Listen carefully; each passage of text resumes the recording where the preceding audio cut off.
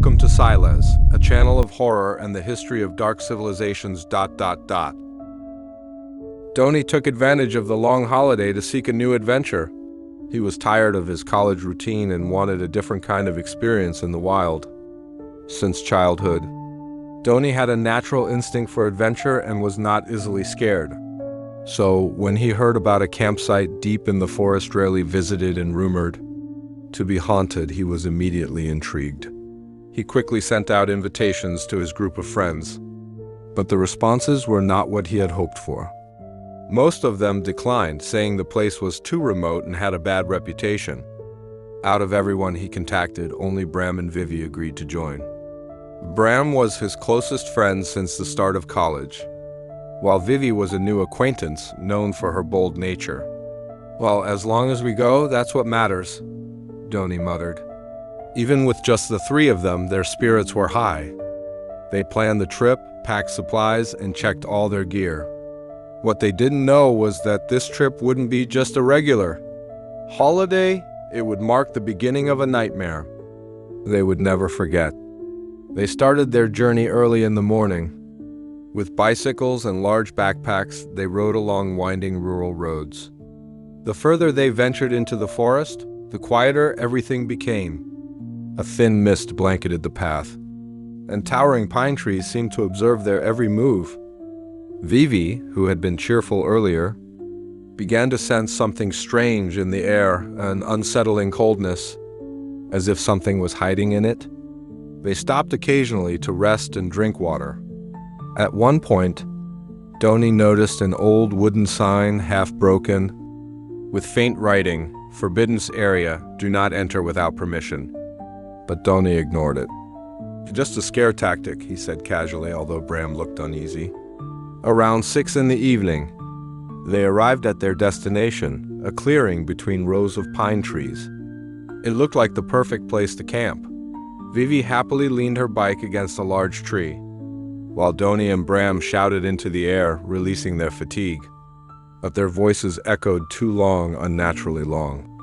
Crows perched nearby suddenly flew off with loud cries, as if disturbed by something unseen.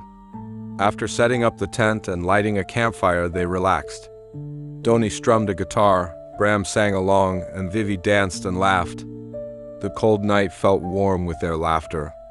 Everything seemed normal. There was no sign that the place held any terror. But as the flames grew higher, Vivi, who was adding wood to the fire, screamed. She saw something inside the fire. The coconut shell they had thrown in had turned into a charred human skull, hollow and black. Some of the firewood even looked like burnt human limbs. Her scream startled Dony and Bram. Dony rushed to check the fire, and it wasn't a hallucination. The skull was real, with visible teeth. Bram stepped closer, his face turning pale. These aren't normal logs, Don." They looked at each other in horror, realizing this was no ordinary forest. But the night was far from over. What they saw was only the beginning. After calming Vivi, they sat together and began to talk. Bram, who often read about dark histories of remote areas, finally spoke up. He remembered a story about this place. It used to be an execution site during the colonial era. Dozens of people were massacred for rebelling against the authorities. The victims were buried in mass, unnamed graves, some even burned. It was said that the land had become cursed. The spirits of the dead could not rest, as their deaths had never been acknowledged or mourned. "I thought it was just a legend," Bram said, his voice trembling. "But after seeing that skull, I'm not so sure." Dony regretted not doing more research beforehand, but now it was too late. They were deep in unfamiliar forest, far from civilization, surrounded by vengeful spirits. They agreed not to stay any longer than necessary and planned to leave at dawn. But that night, something far more terrifying awakened. Around 1 in the morning, Dony woke to the sound of voices outside the tent. People talking, laughing, crying. Bram woke too. They looked at each other and peeked through a small gap in the tent. No one was there, but the voices grew louder closer. Then came a rotten stench like spoiled meat mixed with old blood. Dony gagged. As he leaned against the tent wall, he clearly saw a shadow, a person sitting still just outside.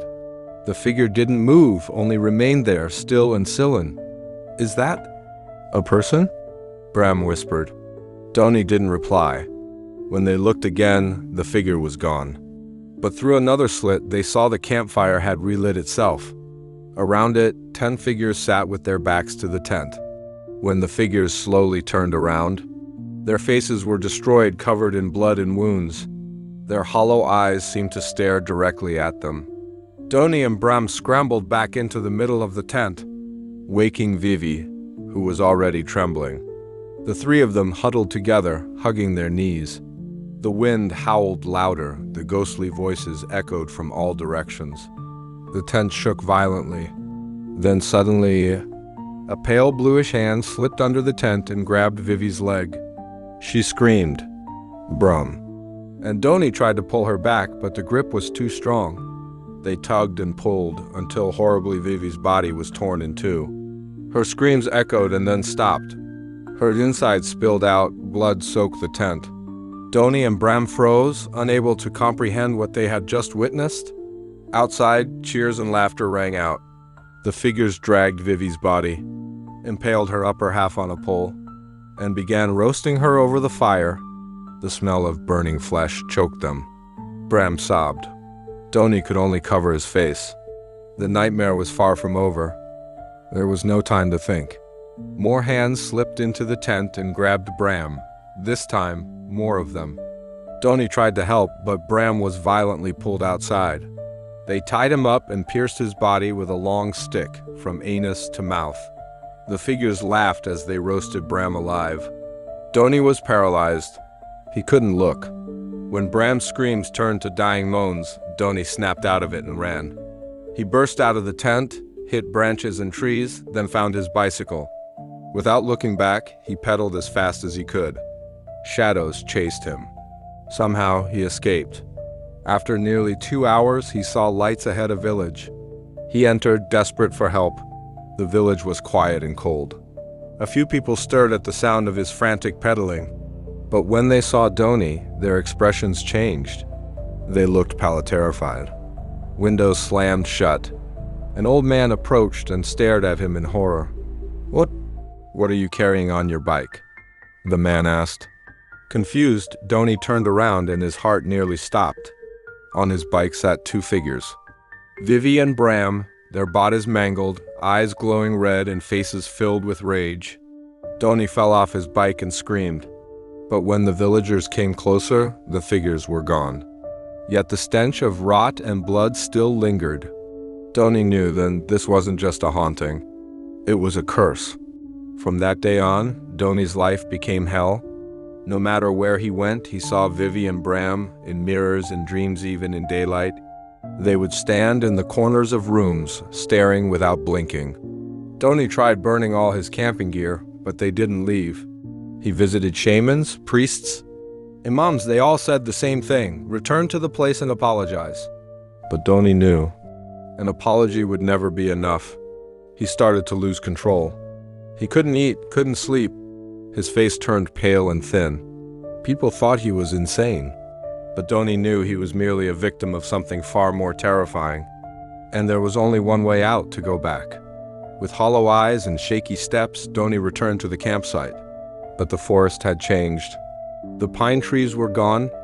The land was barren and red, like scorched earth. No bird songs. No mist. Only silence.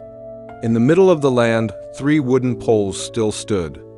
On one of them, a torn piece of Vivi's clothing fluttered. On the ground, dark stains of dried blood remained. Dony approached, and from beneath the earth came a whisper. "Don, why did you leave us?" Suddenly, hands burst from the ground and grabbed his legs. Dony struggled, but the hands pulled him down.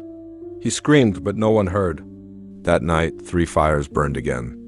And to this day, anyone who passes by that forest might still hear a guitar playing and the voices of restless souls singing. The end.